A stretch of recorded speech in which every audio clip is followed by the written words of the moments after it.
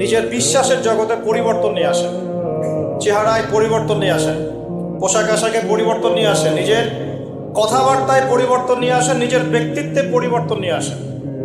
সবার কল্যাণকামী হবেন, সবার ভালো চাবেন, সবাইকে ভাই মনে করবেন, পারা যাবে ইনশাআল্লাহ। বরং মনে করবেন এই দুনিয়াতে সবচেয়ে পাপী মানুষ আপনি, বাকি সবাই ভালো। হে বিশ্বাসীরা, পাপ হতে পারে, ভুল হতে পারে, অন্যায় হতে পারে, ওই অন্যায়ের উপর অটল থেকো না, আমার কাছে ফিরে আসো। কাম টু ইউর লর্ড, তোমার রবের দরবারে ফিরে আসো, ক্ষমার মতো ক্ষমা চাও, ক্ষমার মতো ক্ষমা চাইলে আমি সব ক্ষমা করে দেব। সুবহানাল্লাহ পড়েন।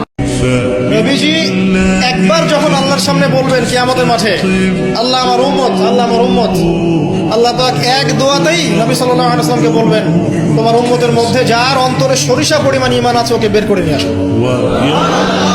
সেই মানুষের শান, তার মর্যাদা, তার চরিত্র নিয়ে কেউ যদি কথা বলে, কটূক্তি করে, তার অবস্থা পরকালে কি হবে চিন্তা করে। দুনিয়াতে হয়তো কিছু হবে না, হয়তো পার পেয়ে যাবে।